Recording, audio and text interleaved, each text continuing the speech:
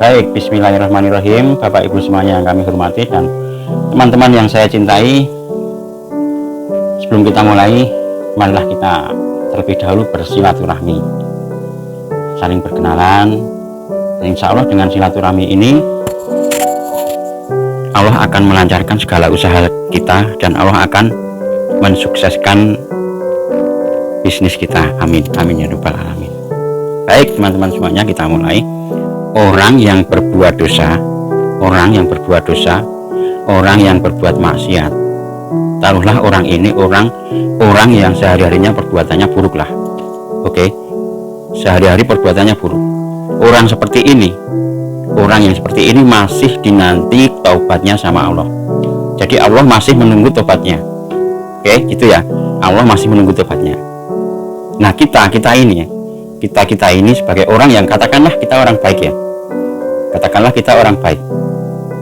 Itu tidak boleh sok suci, tidak boleh sok paling indah sendiri. Ya kan? Tidak boleh seperti itu. Jangan mencela orang yang seperti tadi. Tidak boleh mencela.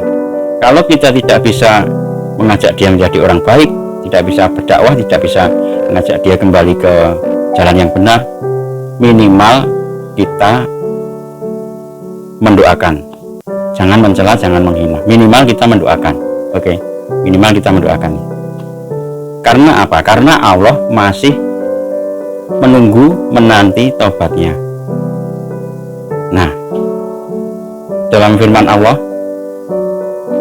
surat Al-Baqarah ayat 222. Innallaha yuhibbut tawwabina. Sesungguhnya Allah mencintai orang-orang yang bertobat.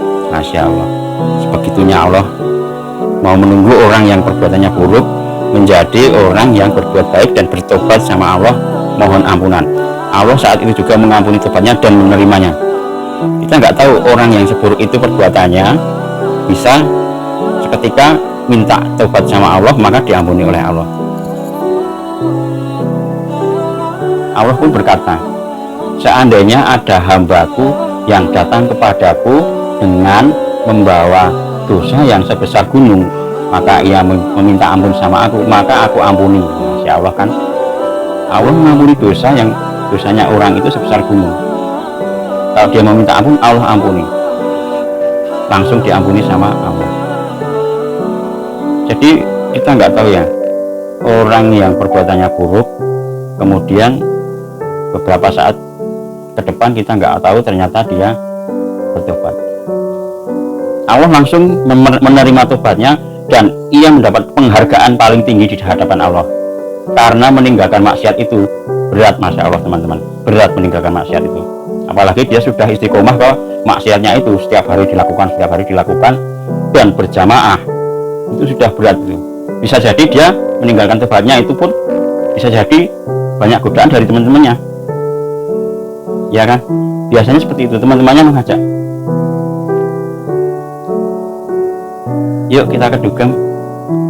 Enggak ah, iya kan? Yuk kita karaokean Mangkupurel misalnya. Enggak ah, yuk kita minum minuman keras.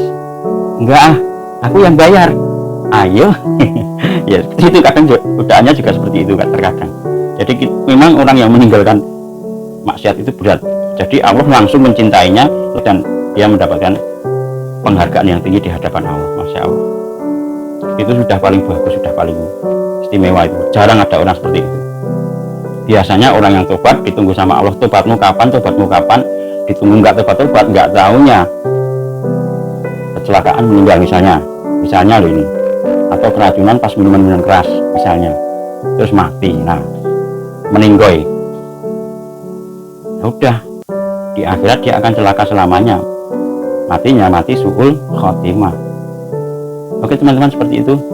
Kita lanjutkan di video berikutnya. Semoga bermanfaat.